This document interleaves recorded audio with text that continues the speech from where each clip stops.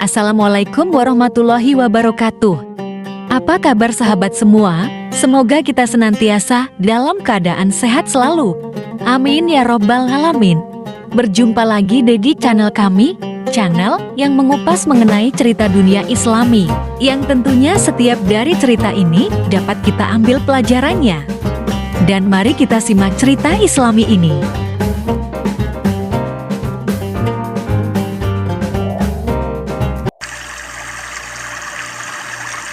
Kisah seuntai kalung mutiara. Lelaki itu bernama Muhammad bin Abdul Baqi bin Muhammad Al-Bazar Al-Ansari. Kesulitan hidup tengah menderanya. Entah sudah berapa lama lelaki yang bermukim di Mekah itu menahan laparnya. Di rumahnya, tak ada hidangan yang tersaji di meja makan. Sepertinya, makanan menjadi barang yang sangat mewah baginya. Sementara uang sepeser untuk membeli makanan pun ia tak punya. Ketika ia sedang berjalan menuju suatu tempat, sebuah benda entah dari mana datangnya dan siapa pemiliknya, tergeletak di tengah jalan menghentikan langkahnya. Benda itu sebentuk kantong terbuat dari sutera. Seutas jumbai yang juga terbuat dari sutera mengikat kantong itu. Tanpa berpikir panjang, ia pun mengambil kantong tersebut dan membawanya pulang. Ia baru membuka kantong itu setelah sampai di rumah. Betapa terkejutnya ia ketika mengetahui kantong itu berisi kalung mutiara. Lalu benda tersebut ia simpan di dalam kamar rumahnya. Setelah menyimpan di tempat yang aman, ia pun bergegas keluar rumah, tidak tahu entah hendak kemana ia menuju. Di tengah perjalanan, ia berpapasan dengan seorang kakek tua. Wajah tampak kebingungan terlihat jelas pada raut muka kakek tua itu. Kakek tua itu tampak membawa sobekan kain berisi uang sebanyak 500 dinar.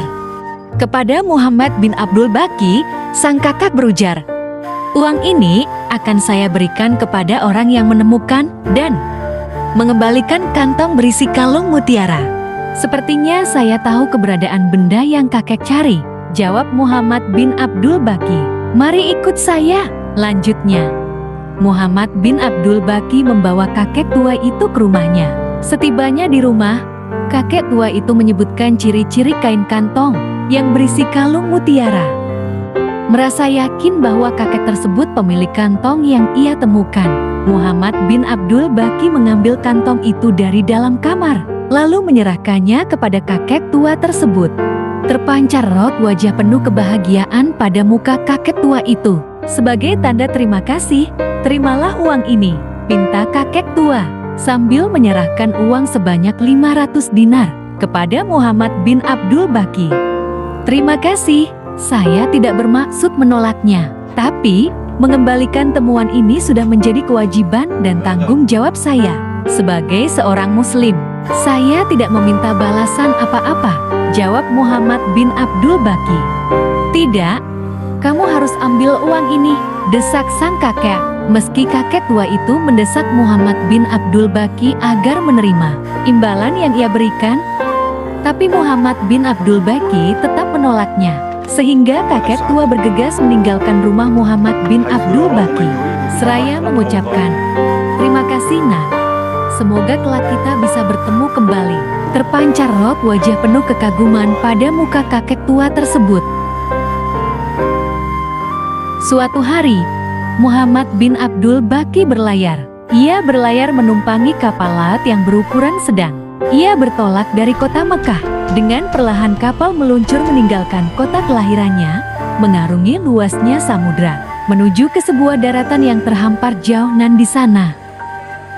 Tak terasa, pemandangan kota Mekah tak lagi terlihat. Biasanya ketika pemandangan di darat dan puncak gunung tak lagi terlihat, itu berarti kapal tengah berada di tengah-tengah laut. Artinya lagi, kapal baru akan menepi separuh perjalanan lagi.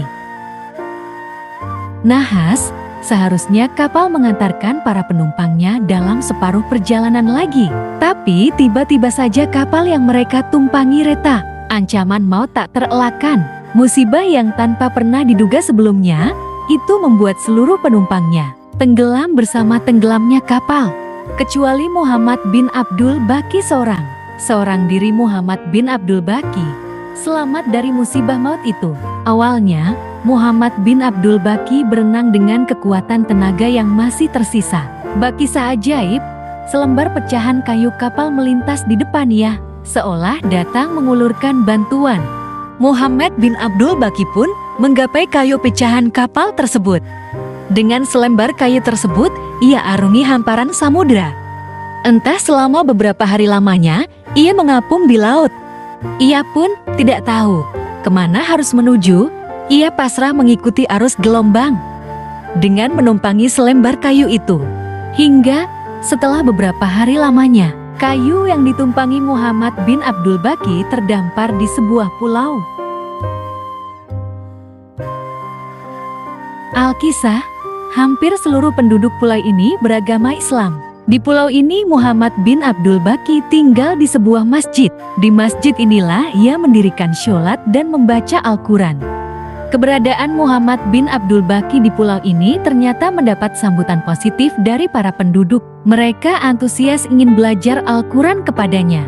Mereka berbondong-bondong mendatangi Muhammad bin Abdul Baqi untuk belajar membaca Al-Quran.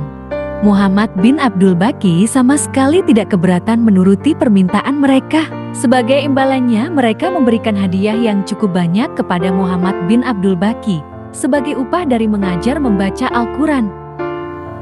"Apakah Anda pandai menulis?" tanya seorang penduduk setempat. "Iya," jawab Muhammad bin Abdul Baqi.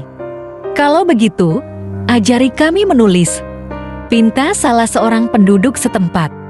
Betul saja, para orang tua berbondong-bondong membawa putra-putrinya ke masjid untuk belajar menulis. Muhammad bin Abdul Baqi mengajari mereka menulis sampai mahir. Dari kegiatannya ini, Muhammad bin Abdul Baqi mendapatkan hadiah yang cukup banyak. Beberapa bulan setelah Muhammad bin Abdul Baqi tinggal di pulau ini, seorang mendekatinya dan berujar, "Di pulau ini ada seorang gadis yatim, dia memiliki kekayaan. Kami mohon Anda tidak keberatan mempersuntingnya." Awalnya Muhammad bin Abdul Baqi menolak permintaan mereka, tapi mereka terus mendesak dan memaksa Muhammad bin Abdul Baqi. Akhirnya, Muhammad bin Abdul Baqi tak kuasa menolak permintaan penduduk dan memenuhi permintaan mereka. Setelah menikah, Muhammad bin Abdul Baqi terperanjat kaget. Matanya tertuju pada kalung yang dikenakan perempuan, yang kini telah menjadi istrinya. Batinnya berujar, kalung itu adalah kalung yang ia temukan kala itu. Ternyata kalung itu kini ada di leher istrinya sendiri. "Syekh," gadis itu tentu saja tersinggung, "karena Anda hanya sibuk melihat kalungnya, bukan melihat gadis itu," kau tegur salah seorang dari mereka. Lalu Muhammad bin Abdul Baqi menceritakan kepada mereka tentang kisah kalung mutiara tersebut. Subhanallah, Allahu Akbar. Lafal ini spontan keluar dari bibir mereka. Mereka terharu dengan apa yang diceritakan oleh Muhammad bin Abdul Baqi. "Ada apa ini?" Muhammad bin Abdul Baqi bertanya penasaran. Kakek tua pemilik kalung mutiara adalah ayah kandung gadis yang sekarang sudah menjadi istrimu ini, jelas mereka.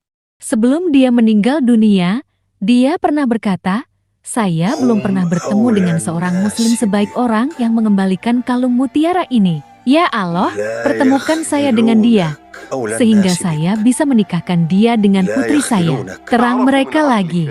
Pernikahan Muhammad bin Abdul Baqi dengan istrinya dikarunia 2 orang putra. Sayang istrinya lebih dulu menghadap sang Halik. Kalung itu diwariskan kepada Muhammad bin Abdul Baqi dan kedua putranya. Sahabat semuanya, kebaikan yang kita lakukan memang akan membawa kebaikan pula pada diri kita sendiri. Cepat ataupun lambat kita akan mendapatkan balasan kebaikan dari kebaikan yang pernah kita buat. Dalam Al-Quran, Surat Al-Isra, ayat 7 bertutur, "Jika kamu berbuat baik berarti kamu berbuat baik bagi dirimu sendiri, dan jika kamu berbuat jahat, maka kejahatan itu bagi dirimu sendiri." Di ayatnya yang lain, dalam surat Az-Zalzalah, ayat 7-8 Allah berfirman, "Siapa yang mengerjakan kebaikan seberat zarah pun, niscaya dia akan melihat balasannya. Dan barang siapa yang mengerjakan kejahatan seberat zarah pun, niscaya dia akan melihat balasannya pula." Jadi, dalam kondisi apapun dan betapa melilitnya kesulitan yang kita hadapi, sebaiknya kita selalu berbuat baik. Siapa tahu, kebaikan yang Anda lakukan membantu memudahkan kesulitan yang mungkin tengah Anda hadapi. Wallahu a'lam bishawab.